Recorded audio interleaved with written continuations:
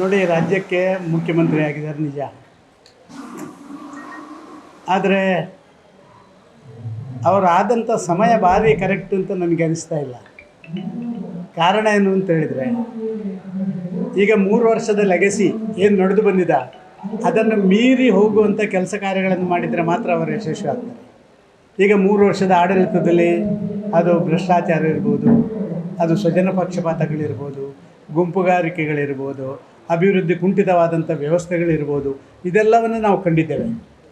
ಈಗ ಇದು ಇನ್ನುಳಿದಂಥ 2 ವರ್ಷದಲ್ಲಿ ಈಗಾಗಲೇ ರಾಮಲಿಂಗಾರೆಡ್ಡಿ ರಾಜೀನಾಮೆ ಪತ್ರ ಕೊಟ್ಟಿರುವಂಥದ್ದು, ಮತ್ತೊಂದು ಮಾಡಿರುವಂಥದ್ದು, ಒಂದು ಹಾಸಿಗೆ ಅಂದರೆ ಮುಳ್ಳಿನ ಹಾಸಿಗೆಯ ಮೇಲೆ ಅವರು ಮಲಗಿದ್ದಾರೆ. ಇದು ಭೀಷ್ಮನ ಆ ಕೊನೆಯ ದಿನ ಶರಮಂಚದಲ್ಲಿ ಮಲಗಿದಾಗೆ ಆಗುತ್ತೆ ಅಂತ ನಾನು ಭಾವಿಸ್ತಾ ಇದ್ದೇನೆ. ಆದದ್ದು ನನಗೆ ಸಂತೋಷ.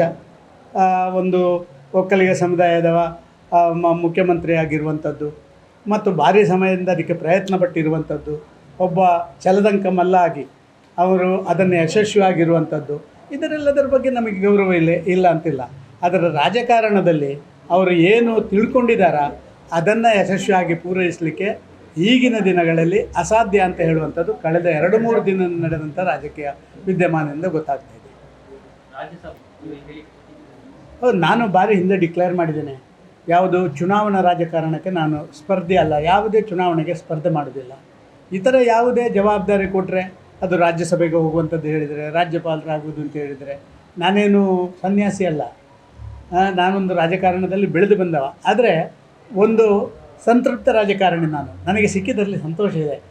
ಸಾಯುವವರೆಗೆ ನಾನು ಅಲ್ಲೇ ಇರಬೇಕು, ನನ್ನ ಶವಕ್ಕೂ ಕೂಡ ನಮ್ಮ ಪಾರ್ಟಿಯ ಫ್ಲ್ಯಾಗ್ ಹಾಕಬೇಕು, ಮತ್ತೊಂದು ಆ ರೀತಿಯ ವಾತಾವರಣ ಇಲ್ಲ. ನಾನೊಬ್ಬ ಸಂತೃಪ್ತ ರಾಜಕಾರಣಿ, ನನಗೆ ಸಿಕ್ಕಿದ್ರಲ್ಲಿ ಸಂತೋಷ ಇದೆ ಅದರಲ್ಲಿ.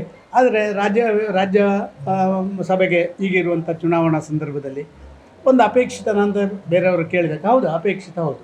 ಆದರೆ ಅದಕ್ಕೆ ಬೇಕಾಗಿ ಎಲ್ಲೋ ಹೋಗಿ ಲಾಬಿ ಮಾಡುವಂಥದ್ದು, ಅದಕ್ಕೆ ಬೇಕಾಗಿ ಎಲ್ಲೋ ದೊಡ್ಡವರ ಹಿಂದೆ ತಿರುಗುವಂಥದ್ದು, ಇದನ್ನೆಲ್ಲ ನಾನು ಮಾಡಲ್ಲ. ನಾನು ಹೇಳಿಬಿಟ್ಟಿದ್ದೀನಿ, ಹೌದು ಕೇಂದ್ರದವರಿಗೆ ನಾನು ಇವತ್ತಿನ ಪರಿಸ್ಥಿತಿಯಲ್ಲಿ ಭಾರತೀಯ ಜನತಾ ಪಾರ್ಟಿಯಿಂದ ಒಬ್ಬ ಒಳ್ಳೆಯ ಅಭ್ಯರ್ಥಿ ಅಂತ ಅವರಿಗೆ ಅನಿಸಿದರೆ ಕೊಡಲಿ. ಮೊನ್ನೆ ಕೋರ್ ಕಮಿಟಿ ಮೀಟಿಂಗ್ ಆಯಿತು, 13 ಜನ ಕೂಡ ಬೇರೆ ಹೆಸರೇ ಹೇಳಿಲ್ಲ, ಒಂದೇ ಹೆಸರು ಹೇಳಿರೋದು, ಸದಾನಂದ ಗೌಡ್ರೆ ಆಗಬೇಕು ಅಂತೇಳಿ. ಆದರೆ ಸೆಂಟ್ರಲ್ ಪಾರ್ಲಿಮೆಂಟ್ರಿ ಬೋರ್ಡ್ ಅದರ ಅಲ್ಟಿಮೇಟ್ ಡಿಸಿಷನ್ ತಗೊಳ್ಳುವಂಥದ್ದು ಈಗ NDA ಮತ್ತೊಂದಲ್ಲಿ ಇರುವ ಕಾರಣ ಆ ತೀರ್ಮಾನಗಳನ್ನು ನಮ್ಮ ರಾಷ್ಟ್ರೀಯ ನಾಯಕರು ತಗೊಳ್ಬೇಕಾಗುತ್ತೆ. ಸರ್, ಈಗ BJPಯಲ್ಲಿ ಕೂಡ ರಾಜ್ಯ ಅಧ್ಯಕ್ಷರದ್ದು ಬದಲಾವಣೆ ಆಗ್ತದೆ ಇದೆ ಅನ್ನುವಂಥ ಮಾಹಿತಿ ಇದೆ. ನಮ್ಮಲ್ಲಿ ಮೊನ್ನೆ ಇಬ್ಬರು ಬಂದಿದ್ದರು, ನಮ್ಮ ರಾಷ್ಟ್ರೀಯ ಸಹಸಂಘಟನಾ ಕಾರ್ಯದರ್ಶಿ ಮತ್ತು ನಮ್ಮ ರಾಷ್ಟ್ರೀಯ ಉಪಾಧ್ಯಕ್ಷರು ಇಬ್ಬರು ಬಂದಿದ್ದರು. ಎಲ್ಲ ರಾಜ್ಯದ ವಿದ್ಯಮಾನಗಳನ್ನು ಕೇಳಿಕೊಂಡು ಹೋಗಿದ್ದಾರೆ. ಆದರೆ ಏನು ತೀರ್ಮಾನ, ಅಧ್ಯಕ್ಷರ ಬದಲಾವಣೆ ಉಂಟಾ ಇಲ್ವೋ, ಇದನ್ನೆಲ್ಲವನ್ನು ಕೇಂದ್ರದ ವರಿಷ್ಠ ತಗೋಬೇಕು, ನಾವೇನು ಮಾತಾಡೋಕ್ಕಾಗಲ್ಲ.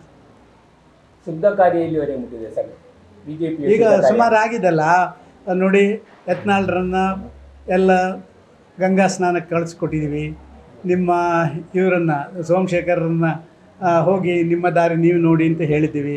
ಶಿವರಾಮ ಹೆಬ್ಬಾರರನ್ನು, ಹೀಗೆ ಶುದ್ಧೀಕರಣ ನಡೀತಾನೇ ಇರ್ತದೆ. ಒಂದು ರಾಜಕಾರಣದಲ್ಲಿ ಎಲ್ಲವೂ ಶುದ್ಧಿಯಾದಂಥ ರಾಜಕೀಯ ಅಂತ ಯಾರಿಗೆ ಹೇಳಲಿಕ್ಕೆ ಆಗೋದಿಲ್ಲ. ಅದರ ಶುದ್ಧೀಕರಣ ಮಾಡುವಂಥ ಪ್ರಯತ್ನದಲ್ಲಿ ಸದಾನಂದ ಗೌಡ ಯಶಸ್ವಿಯಾಗಿದ್ದಾನೆ ಅಂತ ಹೇಳುವಂಥದ್ದು ನಾನು ಇಡೀ ರಾಜ್ಯದ ಜನರಿಗೆ ಹೇಳಬಲ್ಲೆ.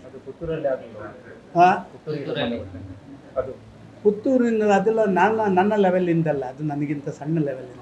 ನಾನು ರಾಜ್ಯದ ಮುಖ್ಯಮಂತ್ರಿಯಾಗಿ, ರಾಜ್ಯದ ಅಧ್ಯಕ್ಷ ಆಗಿ, ಕೇಂದ್ರದ ಸಚಿವನಾಗಿ ಎಲ್ಲವನ್ನು ಮಾಡಿದವನು ನಾನು. ಇನ್ನು ಈ ಕೆಳಗಿಂದಕ್ಕೆಲ್ಲ ನಾವು ಬರಲಿಕ್ಕಿಲ್ಲ. ನ್ಯೂಸ್ ಫಸ್ಟ್, ನಿರ್ಭೀತಿಯಿಂದ ನಿಮ್ಮ ಪರವಾಗಿ.